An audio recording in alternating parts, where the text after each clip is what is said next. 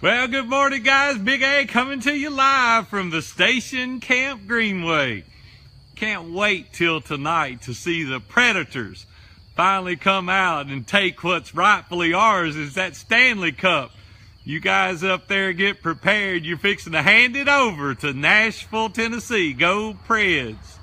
Hey, I titled this, I'm Stuck and I Don't Know What to Do. I don't know how to get up. Have you ever been stuck? Has there ever been a time in your life where you just didn't know what to do? You didn't know which way to go? I want to tell you a quick story that happened to me several years ago. I wanted to get my pilot's license. And I know it's crazy. It's like, why do you want to do that? But I wanted to learn how to fly these little Cessna planes. So it was in February. We went out to the Nashville airport and I got in and took a number of lessons and we had a blast. Started doing touch and goes, and that was fun. And the guy told me, when we almost didn't get the plane started, it was in February, it was cold outside, and he had to get out there and do some things to the plane. Finally got it started.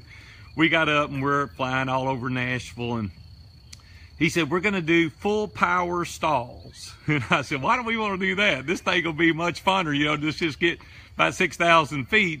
He said, no, we're gonna do full power stalls. And so we get out there and I start taking the airplane up, and we're going up and up and up, and I didn't know what to expect. And when a plane stalls, I didn't know this at the time, it breaks left every time. Thing goes off and you're scared to death and puts about a G1/2 force on your body. You can't even pick up your legs, and I'm like freaking out. I don't know what to do. And I let go of the throttle and I grabbed the yoke with both hands because I was scared to death. And so finally the guy goes, hey, you got to give it right rudder, you know, let's do another one. So we go up, and the thing stalls, brakes left again.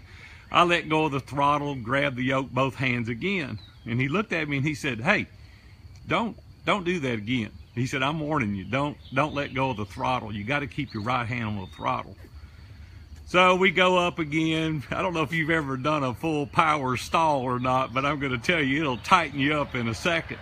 Third time, do it, brakes left, give it right rudder. I bring it out and I let go of the throttle. And I grab the yoke again, both hands. Well, all of a sudden, the airplane quits. I'm like, what happened? He goes, I told you to keep your hand on the throttle. So he said, start it again. So I reach down there, go to start it, it won't start. It's like, I'm like, well, I'm getting nervous. Well, this guy's a little short guy. He's getting nervous too. I said, what did you do? He said, I cut the fuel selector switch off. I said, well, you idiot. What in the world did you cut the fuel off for? He said, I told you to keep both hands, one on the throttle, one on the yoke. And he said, you kept letting go. I said, well, you scared me to death. You didn't tell me what to do. I was stuck. We were stalled. I didn't know what to do. Well, anyway, make a long story short, this has nothing to do with what I'm talking about today. He started cussing that airplane out. He's calling it everything. I said, you better be on your knees praying to Jesus we get this thing started. He said, if we don't get this thing started, you're going to meet Jesus just in a second. And so I said, well, what do I do? He said, let go of everything. He pointed that airplane straight down. He said, call the Nashville airport, tell them we're going to make an emergency landing on McKay Golf Course. And I said, you have lost your mind. I looked down. Thankfully, there wasn't many people on the golf course, and we're going down. He finally says, all right, we're going to try one more thing. He points that airplane straight down. And I'm telling you, everything on me was, I was like, you get me on the ground, I'm through. He pointed that airplane straight down and he started going straight down. Got up enough momentum, got the prop turning, he hit the start switch and it started. Well, that's why I'm still here today. But anyway, we finally got that airplane on the ground. And I said, that thing would have worked a lot better if I hadn't have been stuck. If you had told me what to do before we did the full power stalls, I wouldn't have been quite as nervous. That's the way it is in business. Sometimes we just don't know what to do. We just literally don't know. It's like, I would do it, but I don't know what to do. And here's some of the main problems. I want to help you just with 3 things. There's so many things that we need to do when we get stuck. But that guy should have given me better instruction, right? It's the same way in life, the same way in business. And the only way we can get better instruction is if we surround ourselves with people that have the solutions, that have the answers. You can't figure things out on your own. You just can't do it. And I say all the time, the enemy to excellence is isolation. The thing to do, though, is we don't want people to know that we don't know. We get off in the corner, or we get in our business, or we get behind closed doors in our families, and we're too prideful to ask for help. Well, I've learned years ago, man, listen, you got to set your pride and ego aside, and you got to just tell people, I don't know what I don't know, and I need your help. I need your assistance. Get people you trust. Get trusted advisors around you. Be vulnerable. Be transparent. Be willing to say, I don't know. And that can help you get unstuck. Another thing that we continue to do is we try to get back to where we were at. I want you to stop doing that, right? Be adventuresome, have a new beginning, get into a place maybe that is good, but it's not back where you were at.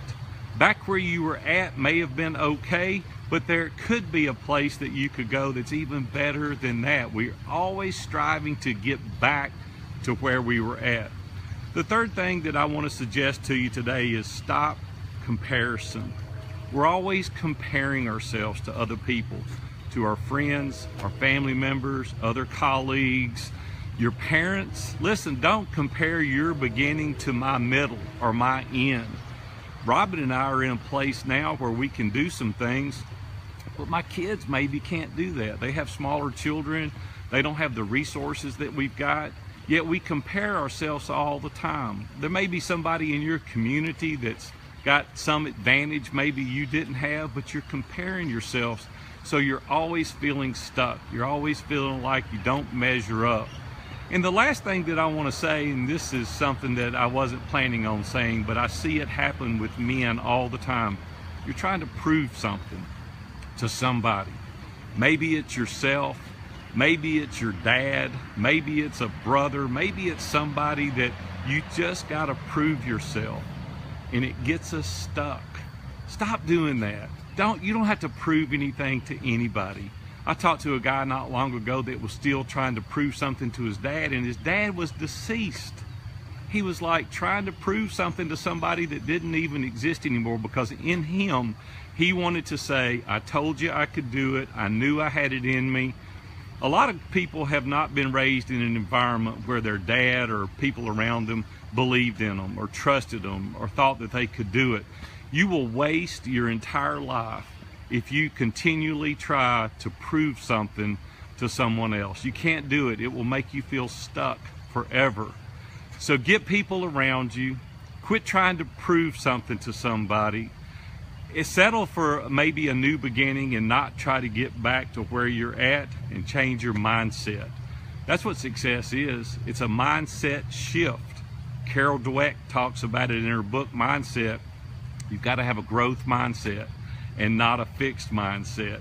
So what do you do when you're stuck? Get people around you, ask plenty of questions, set your pride and ego aside, and go out there and live the life that you've wanted to live. So if you're stuck today, get those people around you, change that mindset, and be willing to not compare yourself to other people. Well, hey, it's time to get back after it. I got to get back to walking. Big A coming to you live from the Greenway. Have a good one, and go Preds.